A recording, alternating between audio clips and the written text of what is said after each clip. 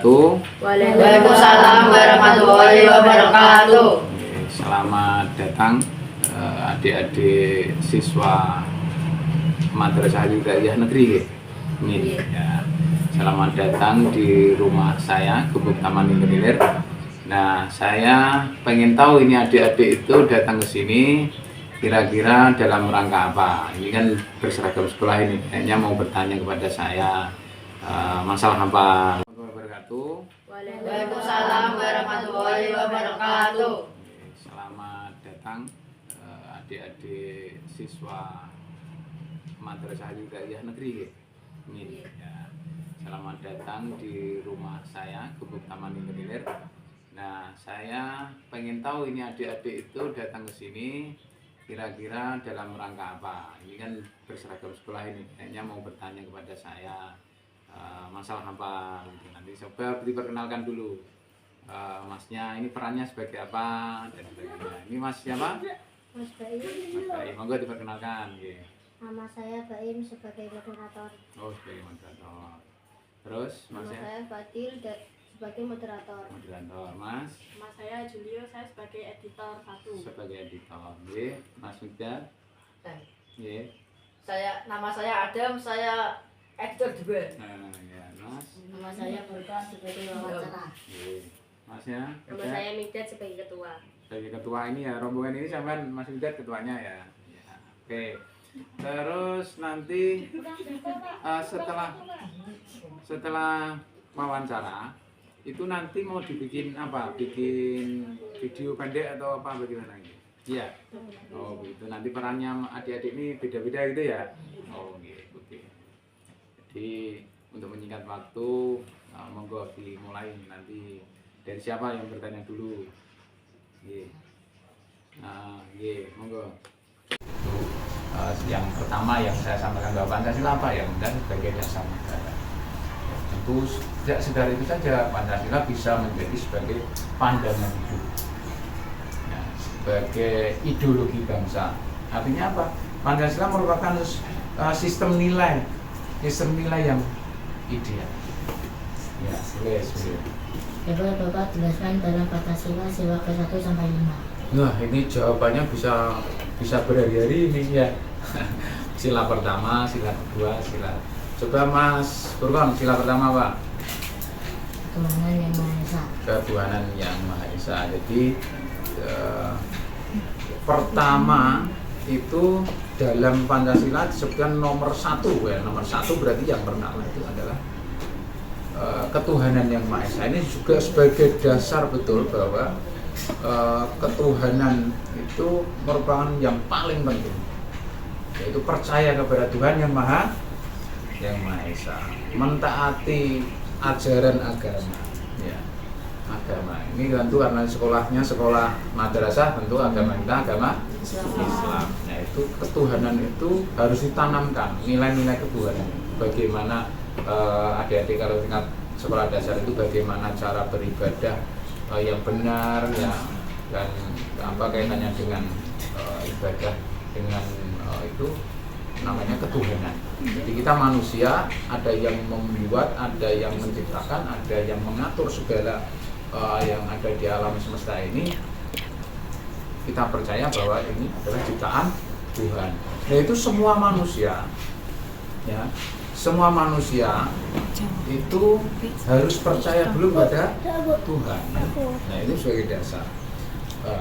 Untuk itu kita hidup di negara Indonesia, ada beberapa agama dan itu kita diberi kebebasan untuk memeluk. Nah, sebagai konsekuensi kita sebagai umat Islam, ya kita belajar tentang agama Islam. Demikian juga dengan agama-agama yang lain.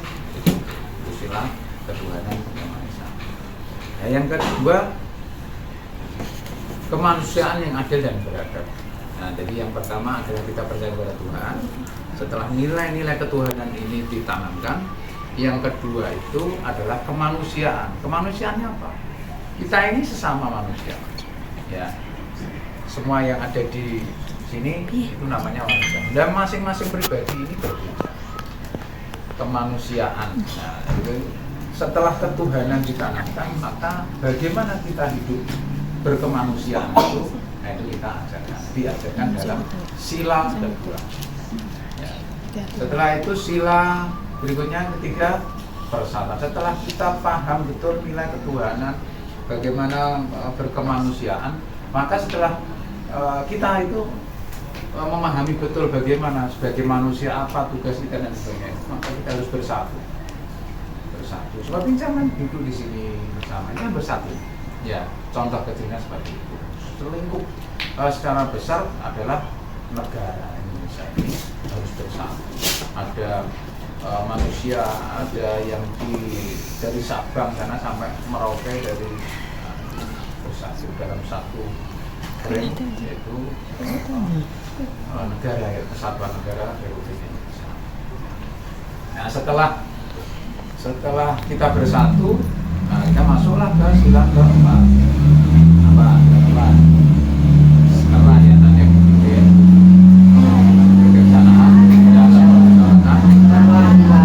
Nah, setelah kita bersatu, maka kita bersama-sama bermusyawarah untuk menentukan nasib bangsa dan negara ini mau dibawa kemana.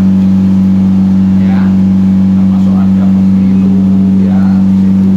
Kalau dalam sebuah negara itu tatanannya ada mulai bagaimana memilih rakyat, mulai dari RT ini kecil ya. Maju gak kita?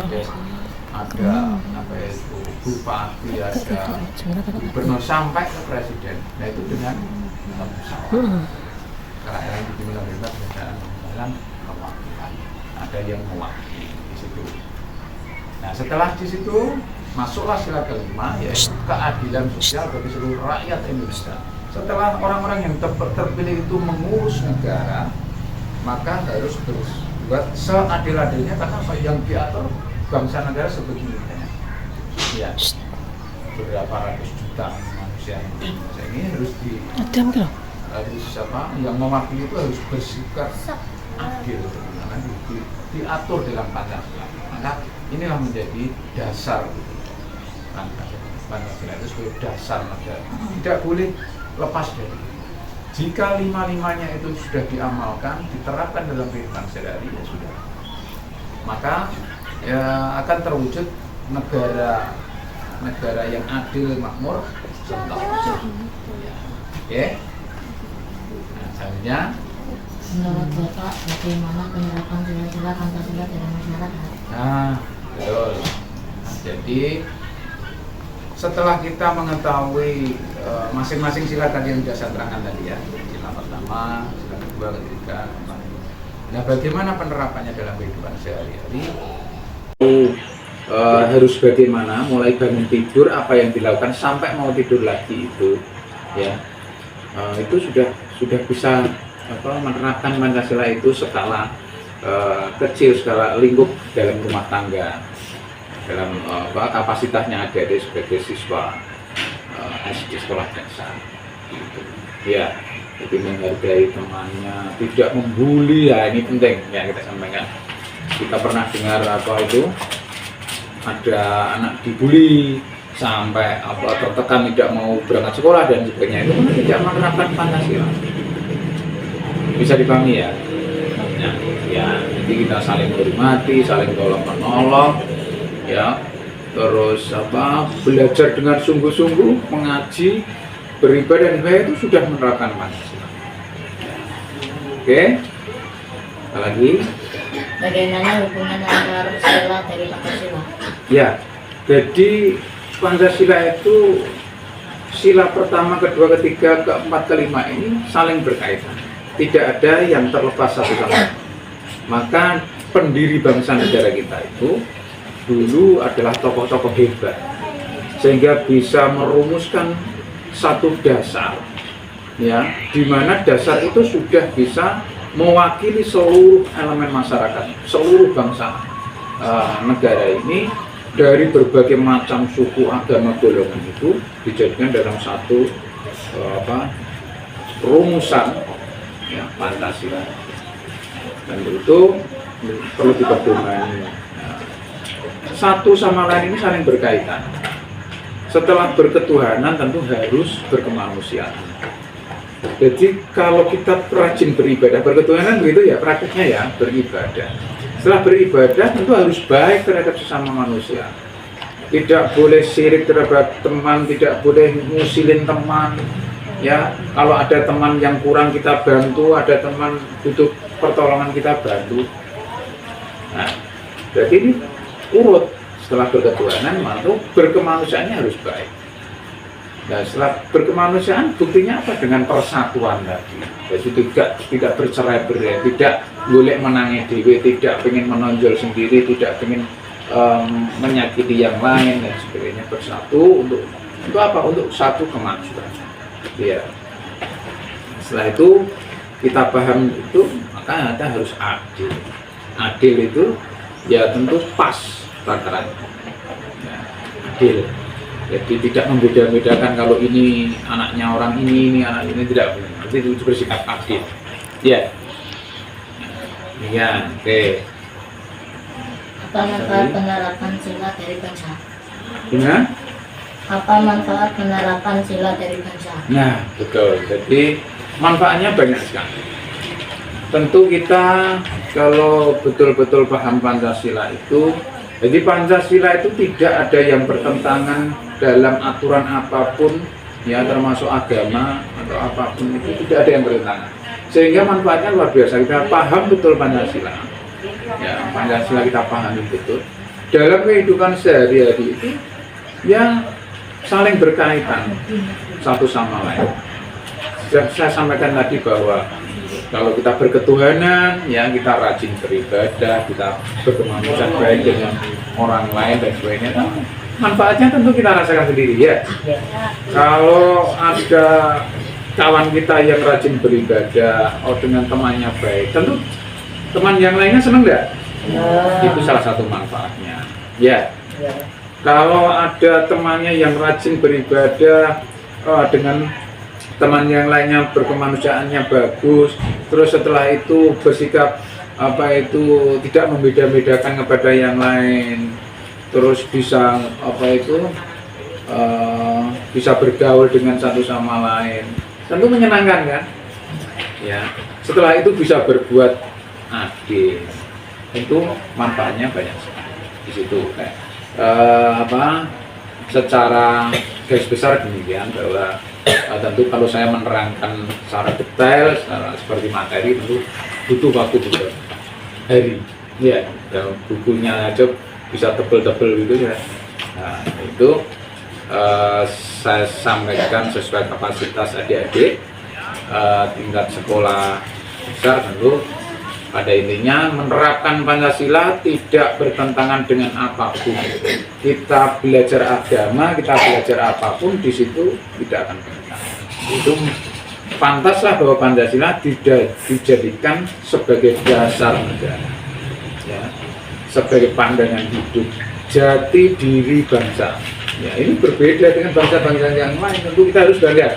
Betul Dede ya, kita punya Pancasila ini tentu harus bangga karena itu jati diri kita sebagai bangsa Indonesia, jati diri yang unik sekali. Ya, belum tentu negara-negara lain bisa menerapkan seperti kita. Kita berbeda-beda agama, suku, ras, golongan dan sebagainya, tapi tetap bersatu dalam kerana negara kesatuan Republik Indonesia. Demikian penjelasan saya untuk sore hari ini. Mungkin bisa disambung lagi pada lain kesempatan. Ya, terima kasih kedatangan adik-adik. Mari setelah ini kita ambil hikmahnya ya. Setelah adik-adik datang ke sini bertanya, Pak Babin menjawab sesuai dengan apa yang diketahui, sesuai dengan apa ya pengalaman Pak Babin. Tentu mengharapkan adik-adik nanti menjadi anak yang baik, yang soleh, yang diharapkan sebagai orang tua, ya, yaitu sekolahnya pinter, ngaji ini rajin, ibadahnya rajin, adalah menjadi orang yang bermanfaat bagi keluarga, masyarakat, bangsa dan negara.